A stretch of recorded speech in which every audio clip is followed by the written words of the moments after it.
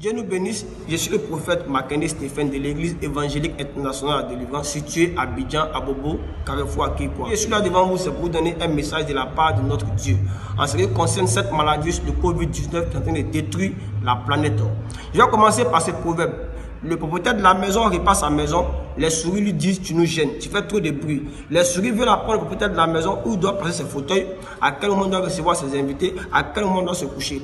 C'est comme ça aujourd'hui le monde face à Dieu. Nos autorités politiques, nos autorités scientifiques, nos organisations du monde ont construit le monde sans consulter Dieu. Et aujourd'hui nous sommes face à cette pandémie qui est prête à détruire l'économie mondiale et même à tuer plusieurs personnes dans ce monde. C'est en ce sens que Dieu m'a donné un message. Dans le psaume 24, Dieu dit à l'Éternel la terre, tout ce qui la renferme, le monde et ceux qui l'habitent.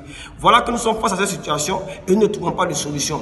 Le 11 mai 2020, la France décide de déconfiner. Dieu dit ce déconfinement sera un échec total, un fiasco total. Il y aura des milliers de morts et des milliers de contaminés. Alors Dieu dit à la France de consulter d'abord Dieu avant de se lancer dans ce déconfinement.